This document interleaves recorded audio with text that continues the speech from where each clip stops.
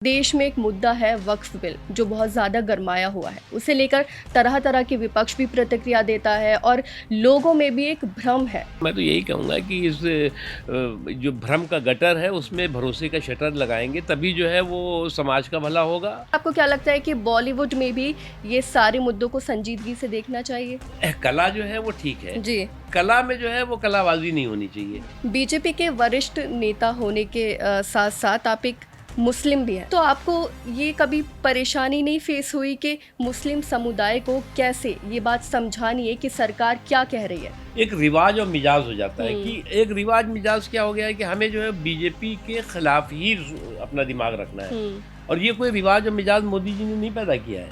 आपके राजनीतिक करियर में अटल बिहारी जी और मोदी जी दोनों के साथ आपने काम किया है। आपका दोनों के साथ अनुभव कैसा रहा और कुछ अलग मिला आपको दोनों सरकार देखिए में दोनों में की अपनी एक शख्सियत है। अब दोनों का मुकाबला तो कर नहीं सकते। मैं तो इतनी कह सकता हूँ कि गुरु गोविंद दो खड़े काके लागो पाओ, बलिहारी गुरु आपने गोविंद दियो बताए। आपकी प्रेम कहानी सीमा जी के साथ इलाहाबाद विश्वविद्यालय से शुरू हुई थी, तो उस वक्त जाति को लेके, धर्म को लेके बहुत बड़ा मुद्दा माना जाता था और क्योंकि सीमा जी एक अलग धर्म से थी और आप अलग धर्म से थे। लिमिट तो ज़रूर थी कि भाई उस कम्युनिटी का ही होना चाहिए ये सारी चीज़ें, लेकिन उस बीच में जो है वो कोई अगर सरेराह चलते चलते मिल गया और प्यार हो गया और फिर सब कुछ हो गया तो फिर ठीक है। नमस्कार, भारत एक्सप्रेस देख रहे हैं आप और मैं हूं आपके साथ रोमा हैदर। वक्फ बिल, औरंगजेब, राणा सांगा, मंदिर और मस्जिद, ये कुछ ऐसे बड़े मुद्दे हैं जो आजकल लगातार चर्चा में हैं। इन पर सियासी घमासान भी जमकर हो रहा है। विपक्ष इन मुद्दों को लेकर सरकार पर लगातार निशाना साध रहा है और अपनी आवाज उठा रहा है। इस वक्त देश में नरेंद्र मोदी की तीसरी बार बनी सरकार यानी मोदी 3.0 सत्ता में है और इन्हीं मुद्दों पर बात करने के लिए आज हमारे साथ मौजूद हैं बीजेपी के सीनियर नेता और पूर्व केंद्रीय मंत्री मुख्तार अब्बास नकवी जी।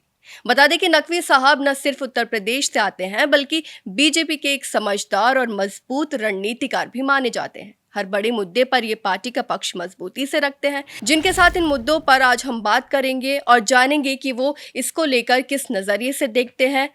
नकवी साहब, बहुत बहुत शुक्रिया हमारे पॉडकास्ट में आने के लिए। बहुत शुक्रिया रोमा जी, बहुत शुक्रिया आपका भी। सबसे पहला मेरा आपसे ये सवाल है कि बीजेपी कहती है कि सबका साथ सबका विकास, वो कहती है कि हम सबको एक साथ लेके चलते हैं, सबका विकास एक साथ करते हैं, लेकिन मुस्लिम समुदाय को ऐसा नहीं लग रहा है। मुस्लिम समुदाय कहता है कि बीजेपी एक हिंदुत्व पार्टी है। देखिए पहली बात ये कि अगर आप देखें तो इन पिछले लगभग 11 साल हो रहे हैं।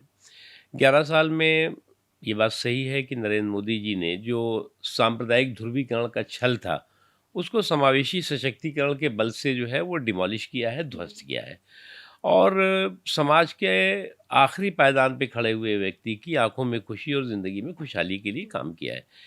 अब उसको आप जो है वो अगर सांप्रदायिक जो लोग तुष्टीकरण के ज़रिए जो है वो लोगों के हितों का जो है वो को हाईजैक करने के माहिर लोग हैं, जिनका रिवाज और मिजाज था, उसको उन्होंने जो है वो नहीं अपनाया। इसलिए उन्होंने जो है अपने विकास के मसौदे को कभी वोट का सौदे के साथ नहीं जोड़ा और चाहे वो तमाम तरह के जो है वो विकास के मुद्दे हों, सुधार के मुद्दे हों और तो ये समाज के और 140-45 करोड़ हिंदुस्तानियों के लिए किए गए। उसमें हिंदू, मुसलमान, सिख, ईसाई को जो जोड़ा नहीं गया अलग से कि ये हिंदू के लिए, मुसलमान के लिए, सभी के लिए है। सर, अगर अभी देश में एक मुद्दा है वक्फ बिल जो बहुत ज़्यादा गरमाया हुआ है, उसे लेकर तरह तरह के विपक्ष भी प्रतिक्रिया देता है और लोगों में भी एक भ्रम है, तो क्या बीजेपी अपनी बात लोगों तक पहुंचा नहीं पा रही है या फिर कोई तो गैप है कम्युनिकेशन जो लोग समझ नहीं पा रहे हैं? देखिए मैं मानता हूँ कि जो कॉन्स्टिट्यूशनल लॉ है उसकी कम्युनल लिंचिंग चल रही है। अब कॉन्स्टिट्यूशनल लॉ की अगर कम्युनल लिंचिंग होगी और चारों तरफ से हो रही है, एक तरफ पाकिस्तान की तरफ से हो रही है और एक तरफ परिवारिस्तान। परिवारिस्तान मैं कहता हूँ तो कांग्रेस भी है, उसमें समाजवादी पार्टी है, आरजेडी है, टीएमसी है, मुस्लिम लीग है, डीएमके है, वो लंबा परिवारिस्तान है। वो सब जो है उनकी जुगलबंदी जो है वो जिस तरह से जो है वो पूरे के पूरे इस समावेशी सुधार पर सांप्रदायिक वार करने की होड़ में लगा हुआ है। तो मैं इसीलिए कह रहा हूँ ना कि एक ये कॉन्स्टिट्यूशनल जो है वो लॉ है, उसकी जो है वो कम्युनल लिंचिंग की जो है वो एक कंपटीशन चल रहा है। तो इससे जो है वो मुसलमानों का कोई नुकसान नहीं है। देखिए, एक चीज़ समझना चाहिए कि इससे पहले भी कई ऐसे सुधार हुए, चाहे सामाजिक सुधार हुए हों, आर्थिक सुधार हुए हों, प्रशासनिक सुधार हुए हों, शिक्षा के क्षेत्र में सुधार हुए हों, लगभग लगभग बहुत से सुधार मोदी जी के समय में हुए हैं। देखिए, अब जो अभी ये भ्रम के गटर पे भरोसे का शटर लगाने की ज़रूरत है। हुँ। अन्यथा जो जिस तरह से आज समावेशी जो सुधार है उसपे सांप्रदायिक वार करने वाले लोग हैं, वो जो है वो सांप्रदायिक फसाद में भी सियासी मफाद ढूंढेंगे। और मैं तो यही कहूँगा कि जंग में कत्ल सिपाही होंगे, सुरखरू ज़िल्द इलाही होंगे, हुँ। मतलब कि आम आदमी जो है उसका सबसे ज़्यादा पीड़ित और प्रताड़ित होगा, और उसका लाभ जो है वो सो कॉल्ड जो है वो सीडो सेकुलरिज्म के सियासी सूरमा उठाएंगे। इसलिए सबको सचेत रहना चाहिए। जी, बिल्कुल, बिल्कुल, बहुत सही बात कही सर आपने। तो अब वक्फ बिल का जो ये मुद्दा है वो सुप्रीम कोर्ट में जा चुका है और सरकार से भी कई तरह के सवाल पूछे गए, तो उस पर सरकार अब क्या जवाब देगी? वो देगी। देखिए, मुझे क्या हुँ। लगता है कि हमारा देश अकेला ऐसा देश होगा जो कि दुनिया का एक तो सबसे बड़ा लोकतंत्र है ही, हुँ। और सबसे बड़ा वाइब्रेंट लोकतंत्र है, पारदर्शी लोकतांत्रिक व्यवस्था है। हमारे यहाँ संसद है, संसद फैसले करती है। उसके बाद जो है वो उसकी स्क्रूटनी करने का संवैधानिक अधिकार जो है वो कोर्ट्स को है, सुप्रीम कोर्ट को है। वो करता है सुप्रीम कोर्ट उसकी स्क्रूटनी। इससे पहले भी जब ये बिल पास हुआ है, उससे पहले जॉइंट पार्लियामेंट्री कमेटी, जो कि एक पार्लियामेंट्री कमेटी है, इंपॉर्टेंट कमेटी है, उसने जो है उस पे स्क्रूटनी की।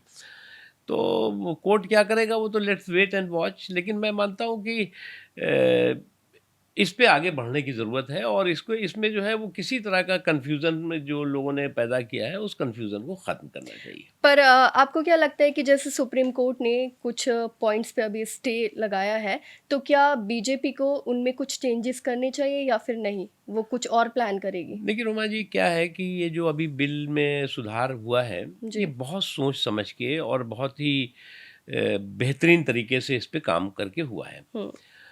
जो लोग इस पे कहते हैं कि साहब ये तो किसी क्या मुसलमानों का के लिए है ये कानून, हुँ। मुसलमानों से तो पूछा ही नहीं गया। तो देखिए, ये किसी मज़हब के लिए कानून नहीं है, ये मुल्क का कानून है। और मुल्क के कानून के लिए जो है, अगर आप कहेंगे कि जो है वो क्यों नहीं हमसे पूछ करके तुमने बनाया, तो फिर वो बात निकलेगी तो फिर दूर तो लग जाएगी। फिर तो जो है वो हुँ। आपके जितने भी कानून बने हैं, मुझे याद है, मैंने पढ़ा है कि जी। 1955 में जब पंडित जवाहरलाल नेहरू ने जी।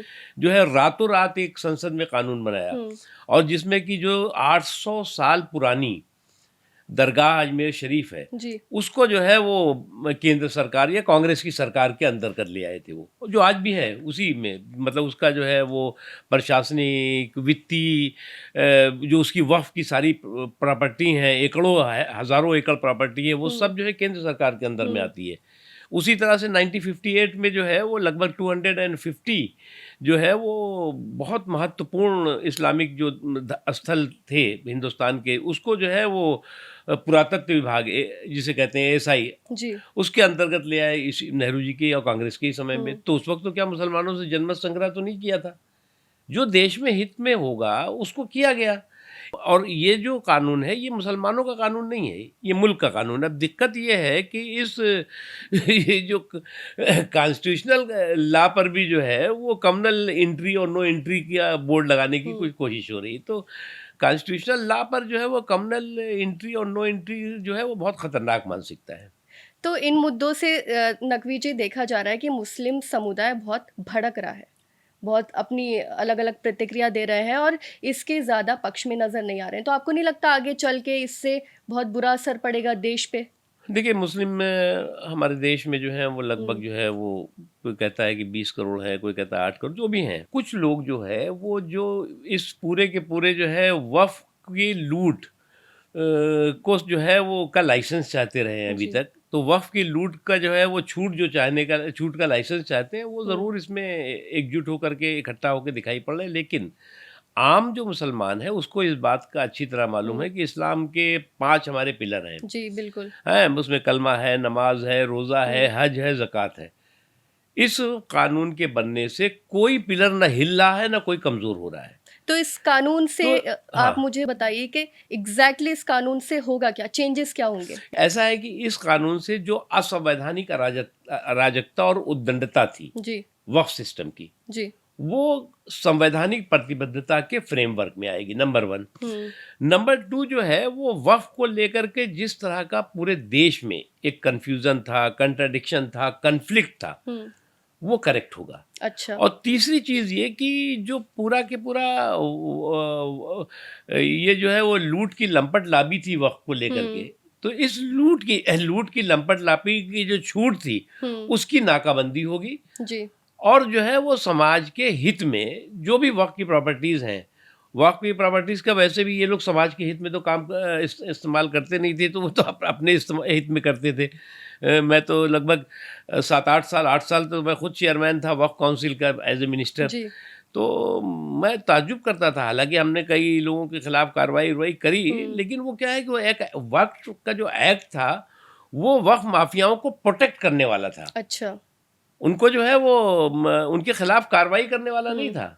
उनको उनको जो है वो समझाने वाला नहीं था, बल्कि उनको सपोर्ट करने वाला था पूरा के पूरा। इसलिए ये जो है वो अच्छा। सुधार ठीक है। तो विपक्ष का ये कहना है नकवी जी कि अगर हिंदू बोर्ड जो है, टेम्पल हो गए, इन सब के जो बोर्ड बने हुए, उनमें अगर कोई मुस्लिम समुदाय की मतलब किसी की एंट्री नहीं हो रही है तो फिर इसमें क्यों? देखिए, पहली बात जो ये तर्क दे रहे हैं, कभी-कभी क्या होता है कि आपने देखा होगा कि बहुत बड़े-बड़े कुछ पार्टियों के नेता हैं, जो संसद में तो चुप रहे, जी। चुप्पी रही और हम्म। सड़क पे चुहल कर रहे हैं। हम्म। अब एक चीज़ जो कहते हैं कि साहब हिंदू एंट्री, मुस्लिम एंट्री, मैंने कहा ना कि देखिए एक जो है वो एक संवैधानिक कानून है। हम्म। उस संवैधानिक कानून में आप सांप्रदायिक एंट्री और नो एंट्री का जो है वो बोर्ड नहीं लगा सकते, एक चीज़। दूसरी चीज़ ये देखिए, आपको याद होगा, ये ध्यान होगा, पढ़ा होगा कि जब हमारा देश बटा, हम्म। तो हमारा जब देश बटा तो लगभग जो है वो 44-45 लाख 50 लाख के इर्द गिर्द हिंदू और सिख जो है वो पाकिस्तान से हिंदुस्तान आए। जी बिल्कुल। और लगभग जो है वो 7 करोड़ 8 करोड़ जितना भी बताते हैं, यहाँ हम्म। से हिंदुस्तान से मुसलमान जो है वो पाकिस्तान चला गया। जो हिंदू वहाँ पर सब कुछ अपना ज़मीन जायदाद खेत खलिहान छोड़ करके आया, तो वहाँ पर यहाँ से जो मुसलमान गए उनको वो जगहें मिल गई, हम्म। उनको जो है बैठ रहने के लिए मिल गई, काम करने के लिए मिल गई, वो हम्म। आज मालिक है उसके। हम्म। लेकिन जो वहाँ से जो है वो जो हिंदू यहाँ आया, जी। उस हिंदू को जो है वहाँ पे उन जगहों पे जहाँ जो छोड़ के लोग गए थे वहाँ ठहराया तो गया, हम्म। लेकिन आज की तक जो है वो वहाँ पर जो है ना उसके मालिक है न हम्म। किराएदार हैं, बल्कि इनलीगल जो है वो अवैध जो है वो घुसपैठिए की तरह उनके साथ ट्रीटमेंट होता है, और उनके ऊपर हर वक्त जो है वो कानून की तलवार लटकी रहती है, वक्फ की तलवार। हम्म। तो ये आज की तारीख में हिंदू भी, नॉन मुस्लिम भी, मैं जी। हिंदू की बात नहीं कर रहा हूँ, नॉन मुस्लिम भी जो है वो इस वक्फ के जो पूरी व्यवस्था है उसका एक बड़ा स्टेक होल्डर है। मैं इसलिए नहीं कर रहा हूँ, मजहबी तो छोड़ दीजिए आप, हम्म। वक्फ का एडमिनिस्ट्रेटिव व्यवस्था, क्योंकि ये सुधार जो है वो धार्मिक सुधार नहीं है, हम्म। बल्कि जो है वो संवैधानिक सुधार है।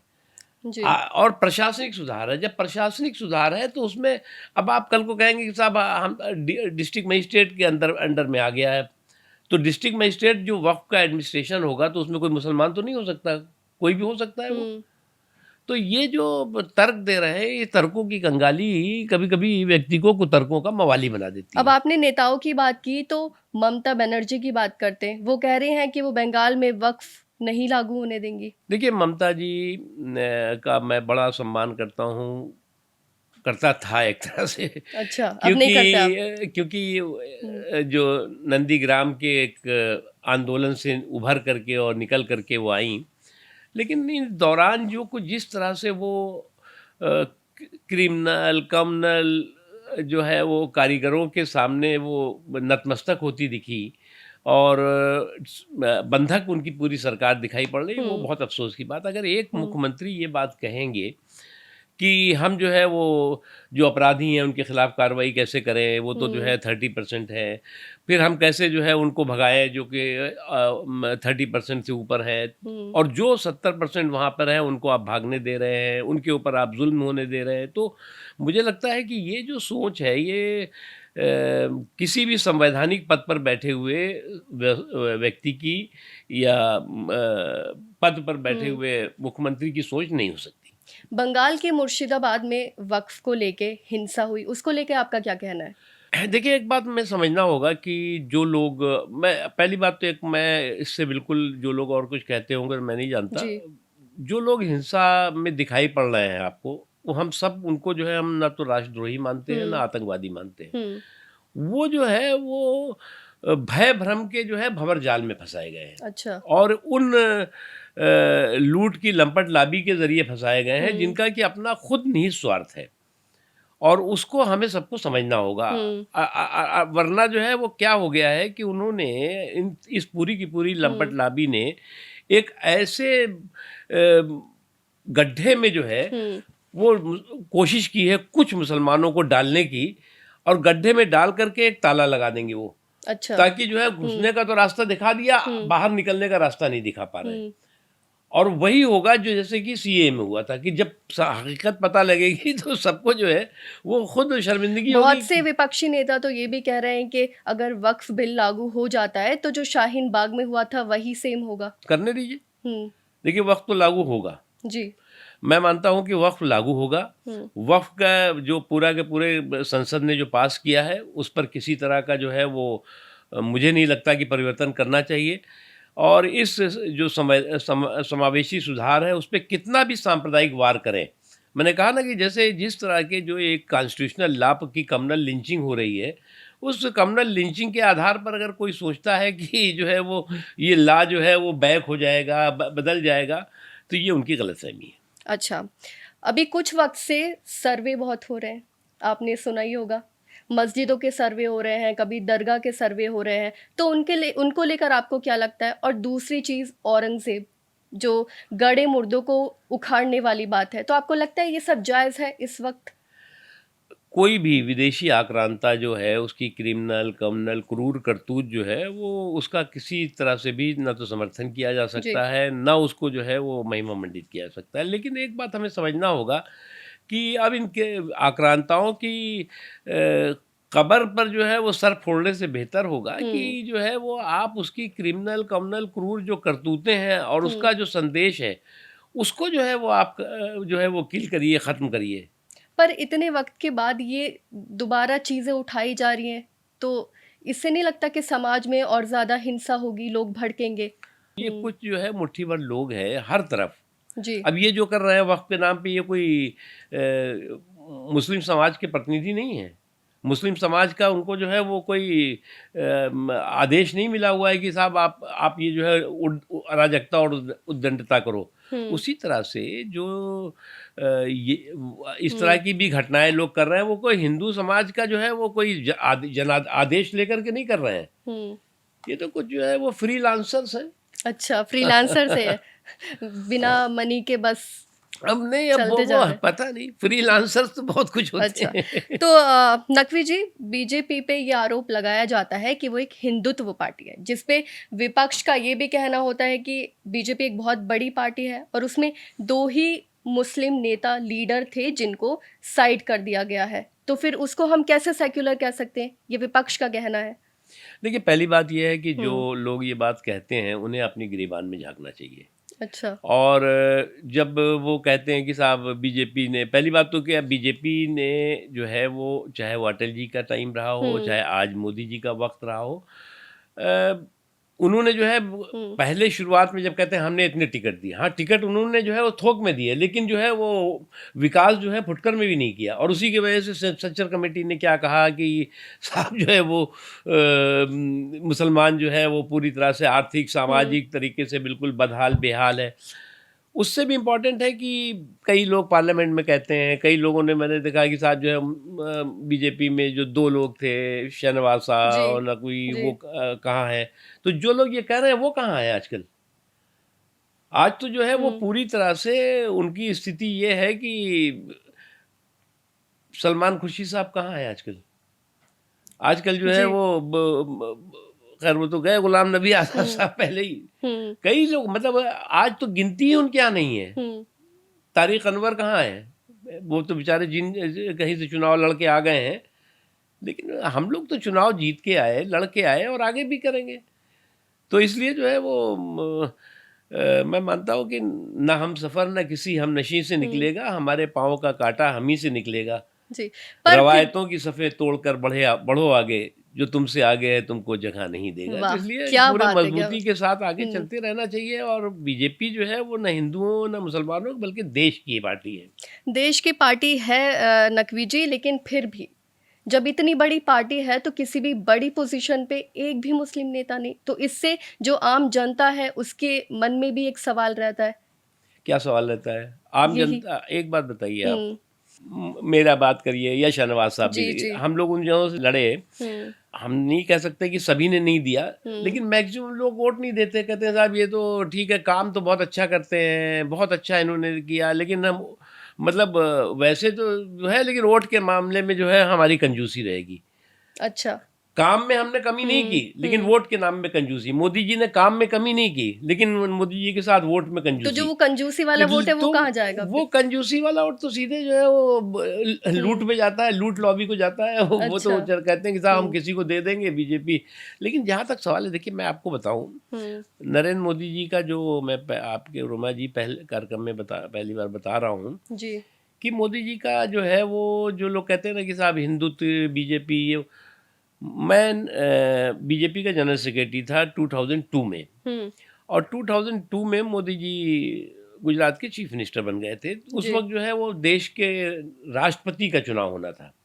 और उस राष्ट्रपति के चुनाव के लिए जो है वो तलाश चल रही थी। बीजेपी के लोग, अटल जी, प्रमोद महाजन जी और हुँ, सारी पूरी पार्टी ढूंढ रही थी कौन होना चाहिए। अच्छा। हमारे पास इतना पूरा बहुमत नहीं था कि हम अकेले दम पे करें, लेकिन हमें कुछ लोगों हुँ, का सपोर्ट भी चाहिए हुँ, था। तो सुबह के वक्त जो है वो मोदी जी का मेरे पास फ़ोन आया अच्छा। कि भई आपको, आप लोगों ने जो है वो किसी कैंडिडेट पे हुआ कुछ? हुँ, तो हमने कहा नहीं, पार्टी कर रही है, अटल जी और सब लोग कर रहे होंगे। तो बोले हुँ, मैं एक सजेशन देता हूँ, आप उसको आगे बढ़ाओ। हुँ, अ, जो आपके, मैं मिलवाया था कभी, मैंने, साइंटिस्ट हैं एपीजे कलाम साहब, जी, जी, बिल्कुल। उनको जो है वो हुँ, राष्ट्रपति के लिए हमें प्रपोज़ करना चाहिए। अच्छा। तो मैंने कहा कि ये तो बहुत कमाल का आपका है, तो आप हुँ, खुद कहिए। बोले नहीं नहीं, आप जनरल सेक्रेटरी हो। उस वक्त जनरल सेक्रेटरी 4 हुआ करते थे पार्टी में, मैं था, प्रमोद महाजन जी थे, शायद राजनाथ जी थे, जी। ऐसे, और अरुण जेटली जी थे। हुँ, तो मैंने जो है वो प्रमोद जी को बताया। हुँ, तो प्रमोद जी भी बहुत, उनका कि ये तो बहुत ही मास्टर स्ट्रोक है हुँ, और बहुत काबिल व्यक्ति हैं वो। जी, बिल्कुल। फिर अटल जी को बताया गया। बहरहाल अटल जी ने उनसे बात करी कलाम साहब से, करा करके कलाम साहब का कैंडिडेचर हुआ। और सभी पार्टियों ने, कम्युनिस्ट पार्टी को छोड़ करके, शायद कम्युनिस्ट पार्टी ने अपना कैंडिडेट खड़ा किया था, अदरवाइज कांग्रेस ने, लालू प्रसाद जी की पार्टी ने, मुलायम सिंह जी ने, हुँ, सभी ने जो है वो सपोर्ट किया और बहुत अच्छी तरह से वो जीते। तो मैं ये नहीं कह रहा हूँ, मैं ये कह रहा हूँ मोदी जी को जब वक्त मौका मिला या कहने का, जब हुँ, सुझाव का भी अवसर मिला, तो उन्होंने एक मुस्लिम को जो है वो देश का राष्ट्रपति बनाया। हुँ, उसके बाद दूसरी बार एक दलित लीडर को जो है वो देश का हुँ, राष्ट्रपति बनाया। और तीसरी बार अभी जो है वो एक ट्राइबल जो है वो महान जो महिला हैं, उनको जो है वो देश का राष्ट्रपति बनाया। ये हुँ, एक उनकी हुँ, इंक्लूसिव सोच है। हुँ। उन्होंने कभी भी जो है, आप कुछ लोगों ने वोट में उनके साथ कंजूसी की हो, लेकिन उन्होंने विकास में कमी नहीं की। अच्छा, आपने कलाम साहब की बात की, क्या उनसे जुड़ा हुआ कोई एक किस्सा आप बताएँगे हमें, जो देखिए, आपके साथ हुआ कलाम हो? साहब के साथ तो बहुत किस्से हैं हुँ, मेरे। और जब वो उन्होंने जो है शुरुआती दौर में जब पोखरण वगैरह हुआ जी, था, तो जी। मैं 98 में मैं इंफॉर्मेशन ब्रॉडकास्टिंग मिनिस्ट्री में था। तो उस वक्त बहुत अच्छे उनसे संबंध हुआ करते थे, लेकिन वो बहुत कम बोलते थे।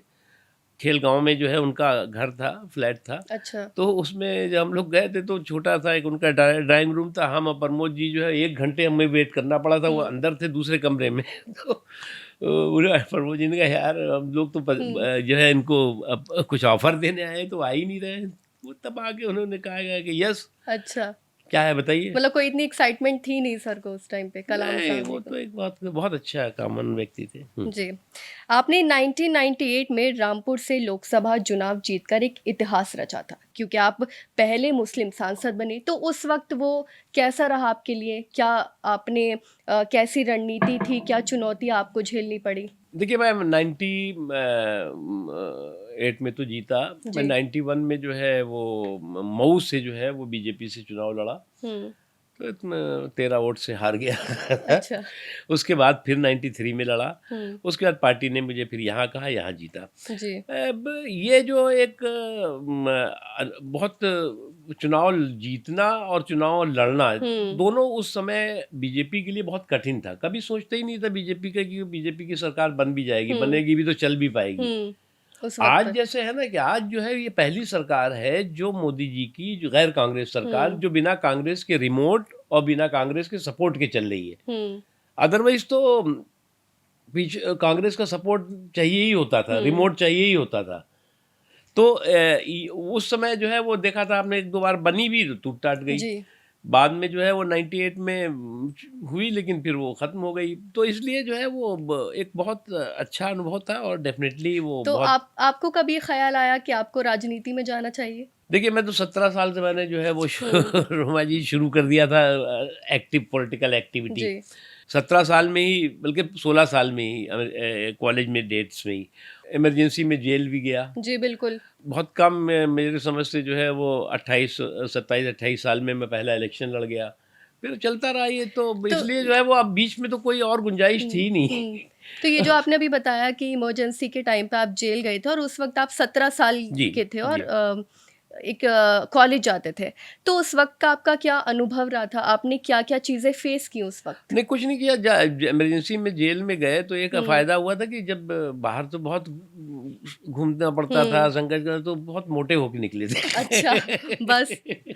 खाने-वाने भी बहुत मिलते थे, हुँ। सब कुछ था। तो हुँ। लोग कहते थे कि ये इंदिरा गांधी जो है वो इसलिए सबको खिला रही है कि सब लोग इसमें एकदम जो है वो बिल्कुल बेकार हो जाए ताकि चलने-फिरने में हुँ।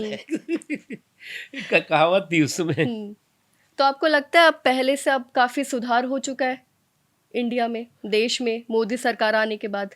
हाँ, काफ़ी सुधार हुआ। देखिए, एक चीज़ आपको देखना हुँ। होगा, पूरी दुनिया के जो एक विपरीत आज परिस्थितियाँ चल रही जी। हैं, पूरा संकट है, कंटक है, तमाम तरह के जो है वो आर्थिक समस्याएँ हैं। उसके बावजूद भी हमारे देश की जो अर्थव्यवस्था हुँ। है, वो जो है वो स्टेबल भी है और कैपेबल भी है। हुँ। क्योंकि आप देखिए, अभी कोविड आया। हुँ। कोविड के बाद जो है वो युद्ध चल रहे हैं कई हुँ। देशों में। हुँ। गल्फ कंट्रीज़ के अलग-अलग अपने-अपने हैं। यूरोपियन कंट्रीज़ में जी। अलग एक मतलब अनस्टेबिलिटी का माहौल है। तो इस वक़्त जो है वो एक स्टेबल गवर्नमेंट और कैपेबल लीडरशिप हुँ। जो है वो नीड ऑफ द आवर है। मतलब वो नहीं है कि जो ऐसी लीडरशिप नहीं जो डायनेस्टी को जो है वो डेमोक्रेसी को डायनेस्टी का डिज्नीलैंड समझती हो। अच्छा। तो अब तो वैसी वाली भी तो हुँ। पार्टी है ना कि जो हाँ। डायनेस्टी को डेमोक्रेसी का डिज्नीलैंड समझ करके वो वहाँ पर उछल-कूद हुँ। करते रहते हो, तो इस तरह नहीं है और ये बर्बाद। और मैं मानता हूँ कि आने वाला जो वक़्त होगा, हुँ। वो और बेहतर होगा। आपने एक बार कहा था बेतहाशा जनसंख्या विस्फोट मुल्क की अलामत है। इस मुद्दे पर आपका क्या समाधान है और कब ये लागू होगा? पहली बात तो ये देखिए, जो कहीं कहीं पर भी बेतहाशा जनसंख्या विस्फोट हो, बिल्कुल। तो जी। वो मुल्क की मुसीबत होती है, किसी मज़हब की नहीं। इस दौरान जो है वो थोड़ा-सा इसको लेके कन्फ्यूज़न है। जो डाटा है, जो हुँ। डिटेल है, उसमें हुँ। जो है वो समाज के सभी वर्गों में जो है वो जनसंख्या जो है, जो थोड़ा पढ़ने-लिखने का हुँ। रीज़न भी होगा हुँ। कि जनसंख्या जो है वो घट रही है। हुँ। मतलब अलग-अलग मुस्लिमों में भी, हिंदुओं में भी, हुँ। सिख कम्युनिटीज़ में भी, कई कम्युनिटीज़ में, मतलब कुछ कम्युनिटीज़ में तो पहले से ही घट रही हुँ। थी, तो कम हो रही है। तो इसलिए एकदम से जनसंख्या विस्फोट जो है वो थोड़ा विराम हुँ। लगा है। हुँ। पर उस वक़्त विपक्ष ने कहा था कि ये सीधे से बस मुस्लिम समुदाय को टारगेट करना है। देखिए, क्या हो गया है ना हुँ। कि कोई भी सुधार होता है तो लोग कहते हैं कि साहब मुस्लिमों पर हुँ। जो है प्रहार हो रहा है, वार हो रहा है। हुँ। जी। अरे भाई, सुधार का खाली मुसलमानों हुँ। से क्या लेना? अब ये बताइए, जैसे आपने कहा नहीं, वक्फ कानून है। हुँ। वक़्फ़ का जो है वो कानून जो है वो आस्था से मतलब नहीं है। हुँ। आस्था का तो संरक्षण है ही है, लेकिन पूरी प्रशासनिक व्यवस्था के सुधार के लिए है, एडमिनिस्ट्रेटिव जो सिस्टम है, हुँ। उसके सुधार के लिए है। हुँ। अब आप कहते हो जी नहीं, ये भी मुसलमानों का जो है, तो मैं लगता है कि क्या होता है, कभी-कभी जो है वो लातों के भूत बातों बातों से से नहीं नहीं मानते मानते। कभी-कभी। तो कभी-कभी जो है वो कुछ सुधार हुँ। जो है वो सख्ती भी आपका ये चाहिए। शायराना अंदाज़ हमेशा से चर्चा में रहा है। बहुत बार आपने ऐसी-ऐसी चीज़ें कही हैं। वहीं एक आपने शाहरुख खान की मूवी आई थी पठान, उसको लेके आपने एक टिप्पणी दी थी कि कला से कपट नहीं होना चाहिए। इसको लेकर आपको क्या लगता है कि बॉलीवुड में भी ये सारे मुद्दों को संजीदगी से देखना चाहिए? देखिए, बॉलीवुड में भी अभी हुँ, थोड़ा-सा जो है वो बहुत ज़्यादा पोलराइज़ेशन और डिवीज़न है। हुँ। और मैंने इसीलिए कहा कि कला से कपट अगर होती है ना, तो फिर तो जो है तो वो मतलब इसे इसे पब्लिक एक उसमें बार रपट के लिए कर देती है। ईज़ी तरीके से आप मुझे बताइए ये मतलब क्या था कि कला से मतलब कपट? सीधा हाँ, ये है कि अगर आप कला जो है वो ठीक है। जी। कला में जो है वो कलाबाज़ी नहीं होनी चाहिए। हुँ, अब उसका पूरा डिटेल तो अच्छा नहीं होगा हुँ, बताना, लेकिन इस दौरान जो एक बहुत चलन अभी चला हुआ है हुँ, कि स्पॉन्सर्ड जो है वो हुँ। प्रायोजित कार्यक्रम तो देखते थे, मैं प्रायोजित फ़िल्में कम दिखी हमें, तो अच्छा। आजकल बीजेपी के वरिष्ठ नेता होने के साथ-साथ आप एक मुस्लिम भी हैं, ये बात हर कोई जानता है। तो आपको ये कभी परेशानी नहीं फ़ेस हुई कि मुस्लिम समुदाय को कैसे ये बात समझानी है कि सरकार क्या कह रही है? क्योंकि जब हम देखते हैं तो मुस्लिमों के दिमाग में एक चीज़ सबसे पहले आती है कि बीजेपी है, तो वो मुस्लिम का सपोर्ट नहीं कर रही है, जो लोगों का मानना है, कहना है। तो आपको इतनी परेशानी अच्छा, फ़ेस हुई होगी? रोमा जी ये हाँ। बताइए, मोदी जी समझाएँगे तो मुसलमान समझेगा या मेरे समझाने से समझेगा? जब मोदी जी की जो है हुँ, वो समझाने पे आप जो है वो बहुत सभी लोग नहीं समझ पा रहे हैं, और सभी लोग हुँ, समझने की भी मतलब नहीं है। देखिए क्या है, हुँ, एक बात आपको समझना होगा कि अ, जो भी जनसंख्या है, एक माइंडसेट आदमी का हो जाता है। एक रिवाज और मिजाज हो जाता है कि हुँ, एक रिवाज मिजाज क्या हो गया है कि हमें जो है बीजेपी के खिलाफ ही अपना दिमाग रखना है। हुँ, और ये कोई रिवाज और मिजाज मोदी जी ने नहीं पैदा किया है। हुँ, ये जो है वो दशकों से चल रहा है कि हम गड्ढे में वोट डालेंगे, हुँ। लेकिन हम जो है वो बीजेपी को नहीं नहीं देंगे। देंगे। हैं? हाँ। अब ये जो एक कसम खा के बैठे हुए हैं, उस आखिरी कसम नहीं होनी चाहिए, उसको तोड़नी चाहिए। हुँ। अब एक फ़िल्म था ना, आखिरी कसम तो इसका आखिरी कसम, फ़िल्म फ़िल्म लगता है आप बहुत देखते थे। आखिरी कसम को जो हुँ, है वो पूरी तरह से तोड़ने की ज़रूरत है, और हुँ, सोचने की ज़रूरत है कि जो हुँ। अ, क्योंकि बीजेपी के प्रति जो आपकी असहिष्णुता है, जो अनटचेबिलिटी है, जी। वो बहुत बड़ा नुकसान कर रही है। बीजेपी के लिए आपने किसी भी मुस्लिम समाज की जो असहिष्णुता, अनटचेबिलिटी है, हुँ, उससे बीजेपी का तो बहुत नुकसान नहीं हो रहा है, लेकिन आप जो है वो समाज में आइसोलेट होते जा रहे हैं। हुँ, और आपका जो इस तरह के पॉलिटिकल एक्सप्लॉइटर्स हैं, हुँ, जो राजनीतिक शोषक हैं, हुँ, वो आपका जो है जम कर शोषण कर रहे हुँ। हैं। तो विपक्ष कहता है कि जो मुस्लिम नेता हैं बीजेपी में वो सरकारी नेता है, मुस्लिम नहीं है। इसको लेकर आप क्या कहना चाहेंगे? विपक्ष को क्या देखो जवाब ऐसा देना है, चाहेंगे? विपक्ष में जो लोग ये बात कहते हैं, वो पानदान और उगालदान से ज़्यादा अपने नेताओं के सामने नहीं रहते। हुँ, उनके जो है वो दरवाजे के गेट पे दरबान से ज़्यादा उनकी हैसियत नहीं है। हुँ, और वो जो है वो दूसरों को जो है वो अगर ज्ञान देंगे, तो मुझे लगता है ठीक नहीं। एक चीज़, दूसरी चीज़ ये कि जो मुस्लिम हो, हिंदू हो, ये कोई तय नहीं करके आता। जब मैं चुनाव में बीजेपी में हुँ। आया, लड़ा, और तो मैंने कभी सोचा ही नहीं था कि बीजेपी की सरकार भी बनेगी। अच्छा। बीजेपी कभी जो है वो स्टेट्स में या सेंटर में कभी सरकार में आ भी पाएगी। हुँ। बहुत एक कठिन समय था। तो आपने कभी ये भी नहीं सोचा होगा कि जिस पद पे आप पहुँचे हैं, कभी पहुँच नहीं, पाएँगे? कभी नहीं सोचा ही हुँ, नहीं था, और कभी सोचना भी नहीं चाहिए। देखिए, हुँ। किसी को भी जो है वो वही हकदार हैं किनारों के जो बदल दे बहावधारों के। तो हुँ, ऐसा है कि आप की जो धाराएँ हैं उसके जी, उसके उसमें आप विपरीत धारा में भी चलेंगे, तब भी आपकी सफलता आपको हासिल होगी। बिल्कुल। तो इसलिए ये सोचना बिल्कुल नाजायज़ होता है कि साहब हमें ये मिलना चाहिए, ये मिल जाएगा। आप करिए, करते रहिए कुछ ना कुछ। मिल ही जाएगा, हाँ, हाँ। हिम्मत मत हारिए। हाँ, अ, तो सर जैसे कि अब हिम्मत मर्दा तो मदद खुदा। मदद-ए-खुदा, हाँ। बिल्कुल। तो जैसे कि इतने बड़े-बड़े मुद्दे अभी उठाए जा रहे हैं, इन पे विपक्ष भी और जो समर्थन में है, वो भी कुछ ना कुछ प्रतिक्रिया दे रहे हैं और बिल पास करने की कोशिश करा रहे हैं। पर एक बहुत बड़ा मुद्दा है, अगर मैं एक महिला के तरीके से सोचूँ तो सिक्योरिटी, महिलाओं की सुरक्षा।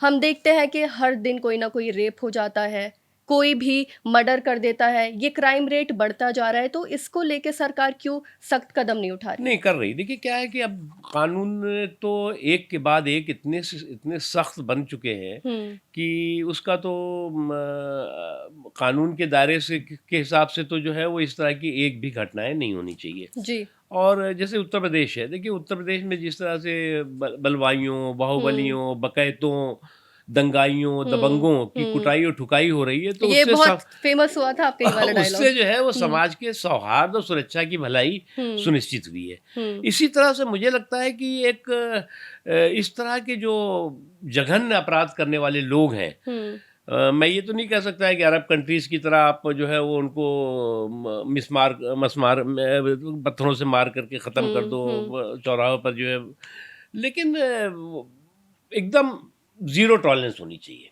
तो ये कब होगा? ये वो काफ़ी हुआ है। देखिए, हुँ, मैं ये नहीं मानता कि आज की तारीख़ में ये कहना तो नाजायज़ होगा कि हुँ, बहुत ज़्यादा अपराध बढ़ गए हुँ, हैं। मैं अब सिर्फ़ बीजेपी की बात नहीं कर रहा हूँ, हुँ, बीजेपी स्टेट्स की और भी जगहों पे अच्छा हुआ है, बेटरमेंट हुआ है, लेकिन हुँ, और होने की ज़रूरत है। हुँ, हाँ, ये बात सही है कि आपका रोमा जी, आपके मीडिया है, भारत एक्सप्रेस है, तो ये जो है वो अगर छोटी-सी भी घटना है तो उसको वो घर तक पहुँचा देता है। जी, पहले जो है ये इतना कम्युनिकेशन नहीं था। हुँ, इतनी जो है वो लोगों का जो है वो तेज़ी के साथ जो है वो म प प प प हुँ, पहुँचती नहीं थी बातें। हुँ, तो जो है वो जंगल में मोर नाचा किसने देखा? आज तो जो है वो अगर हुँ, कहीं पर जो है वो आह भी होती है तो हुँ। ये लोग जो है वो उसका तूफ़ान पूरी दुनिया में सुनाई पड़ता है। मतलब ये एक कौ अच्छी कौन बात है। लोग? ये अच्छी बात, मीडिया मीडिया का मतलब मीडिया। अच्छी बात है ये। हुँ, मैं इसको बुरा जी, नहीं मानता, ये जी, अच्छी बात है। देखिए हुँ, क्या है कि मैसेंजर अगर जो है वो स्ट्रॉन्ग हुँ, होगा, तो डेफ़िनिटली जो है वो मैसेज भी जो है वो बेहतर होगा। हुँ। तो मुझे आपसे एक सवाल पूछना है, थोड़ा पर्सनल है कि आपकी प्रेम कहानी सीमा जी के साथ इलाहाबाद विश्वविद्यालय से शुरू हुई थी। तो उस वक़्त जाति को लेके, धर्म को लेके बहुत बड़ा मुद्दा माना जाता था और क्योंकि सीमा जी एक अलग धर्म से थी और आप अलग धर्म से थे, तो क्या परेशानी आई आपको नहीं, नहीं, उस वक़्त? मुद्दा इतना तो नहीं था। लेकिन ये है कि समाज में जो है हुँ, वो एक शुरू से ही मैं सिर्फ़ हुँ, हिंदू समाज नहीं बल्कि सभी समाजों में एक हुँ, लिमिट तो ज़रूर थी कि भई उस कम्युनिटी का ही होना चाहिए ये सारी चीज़ें। लेकिन हुँ, उस बीच में जो है वो कोई अगर हुँ। सरेराह चलते-चलते मिल गया और प्यार हो गया और फिर सब कुछ हो गया तो फिर ठीक है, वो तो फिर होता है। और आज वो खुदा का शुक्र है कि 40 साल हो गया हम लोग। अच्छा। हुँ। सीमा जी ने आपकी ये धर्मपत्नी जी ने एक इंटरव्यू में कहा था कि उनको लगा नहीं आज तक कि वो किसी और धर्म के घर में गई हैं। तो इसको आप लोगों ने कैसे बैलेंस बना के रखा? देखिए, हमारे यहाँ दिवाली भी होती है, जी, होली भी होती जी। है, ईद भी होती हुँ, है और सारी जितने भी धार्मिक वो हैं, उन हुँ, सभी को हम लोग जो है वो मिल-जुल करके सेलिब्रेट करते हैं। हुँ। जो हमारा समावेशी, देखिए मेरा देश क्या है, जी। हिंदुस्तान, और दुनिया की मैं बात नहीं हुँ, कर रहा हूँ। मेरा देश ऐसा अकेला देश होगा जिसमें दुनिया के सारे मज़हब, जी, हिंदू, मुसलमान, सिख, ईसाई, बौद्ध, पारसी जितने भी होंगे, मैं जी, अभी आपको मज़हब मानने वाले भी हैं, और लगभग जो है वो करोड़ों ऐसे लोग हैं जो किसी मज़हब को नहीं मानते। बिल्कुल। हुँ, लेकिन हमारा देश फिर भी जो है अनेकता में एकता है, हुँ, यूनिटी इन डाइवर्सिटी, एक भारत श्रेष्ठ भारत है। जी, तो ये एक हमारे मुल्क की खूबसूरती है, और उस खूबसूरती को हमें किसी भी तरह से जो है वो नुकसान नहीं पहुंचाना चाहिए। क्योंकि कुछ लोग इस तरह के इस जो हमारी ये खूबसूरती है उसको धूमिल करने की धूर्ततापूर्ण धुन में रहते हैं। हुँ। तो इस धूर्ततापूर्ण धुन को हमें धूल दूषित करना है, और मजबूती के साथ जो है वो इस जो हमारी खूबसूरती है, वो ये मजबूती है, उसको और ताकत देना है। अच्छा सर, आजकल के जो कपल्स होते हैं, आप उन्हें देख ही रहे हैं कि उनका तो प्रेम करने का तरीका ही थोड़ा अलग है। कोई ड्रम में डाल देता है, तो कोई सांप से कटवा देता है कि अगर उनको ना मिले उनका प्रेम, तो उनको लेके आपको कुछ कहना चाहेंगे? देखिए, मुझे लगता है कि ये क्राइम है, ये हुँ, प्रेम नहीं है। हुँ, ये जो है वो शुद्ध रूप से अपराध है। हुँ, और इस तरह का के अपराध के ज़रिए जो है वो अगर कोई अपने प्रेम का जो है प्रदर्शन कर रहा है, तो वो जो है वो उसकी मानसिक जो मेंटेलिटी है वो तालिबानी कह सकता हूँ मैं, इससे ज़्यादा अच्छा। हाँ, उसको जो है वो हम प्रेम की मेंटेलिटी नहीं है बल्कि नफरत की मेंटेलिटी। आपके राजनीतिक करियर में अटल बिहारी जी और मोदी जी दोनों के साथ आपने काम किया है। आपका दोनों के साथ अनुभव कैसा रहा और कुछ अलग मिला आपको दोनों देखिए, सरकारों में काम? दोनों में की अपनी एक शख्सियत है। हुँ, अटल जी तो एक बेहतरीन शख्सियत रही है हुँ, उनकी, और मेरा ये सौभाग्य है, जो आपने कहा कि 2 सरकारें बीजेपी की जी, सेंटर में बनी, और पहली सरकार अटल जी की, उसमें भी मुझे मिनिस्टर रहने का मौका मिला, हुँ, और अभी मोदी जी की भी हुँ, सरकार में। अब दोनों का मुकाबला तो कर नहीं सकते, मैं तो इतनी कह सकता हूँ कि गुरु गोविंद दोऊ खड़े काके लागो पाँव, बलिहारी गुरु आपने गोविंद दियो बताए। तो ये हुँ। एक एक जो है गुरु हैं, और दूसरे उनके शिष्य हैं, जिन्होंने कि उँगली पकड़ करके और राजनीति की उबड़-खाबड़ राहों पे उन्हें चलना सिखाया। बहुत-बहुत शुक्रिया सर, आपके साथ बात करके बहुत अच्छा लगा। तो जैसे कि नकवी साहब ने इन मुद्दों पर अपनी प्रतिक्रिया दी, अपनी राय रखी, आपको क्या लगता है, आप इनकी बात से सहमत हैं या नहीं? हमें ये कमेंट करके ज़रूर बताएँ और आपसे अगली बार मुलाकात होगी भारत एक्सप्रेस के पॉडकास्ट में। शुक्रिया।